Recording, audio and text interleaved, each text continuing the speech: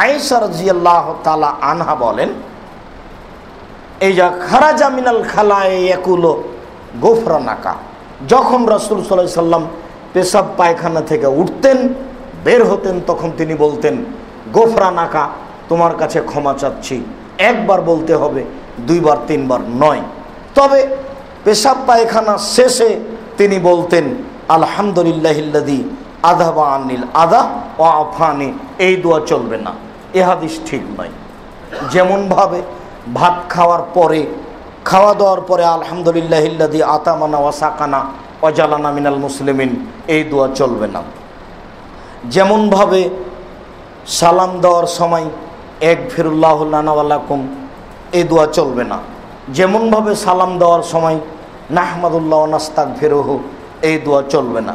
যেমনভাবে কবরে গিয়ে আসসালামু আলাইকুম আহলাল কবুরে একফিরুল্লাহু লানা ওয়া লাকুম ওয়া আনতুম সালাফুনা বিল আসারে, এই দোয়া চলবে না। যেমনভাবে একামাতের সময় আকামাল্লাহু আদামাহা, এই দোয়া চলবে না। যেমনভাবে কেউ দোয়া চাইলে ফিয়ামানিল্লাহ বলা যাবে না, ঠিক তেমনি পেশাব পায়খানা শেষে এই দোয়াটি বলতে হবে না, বলতে হবে গোফরানাকা।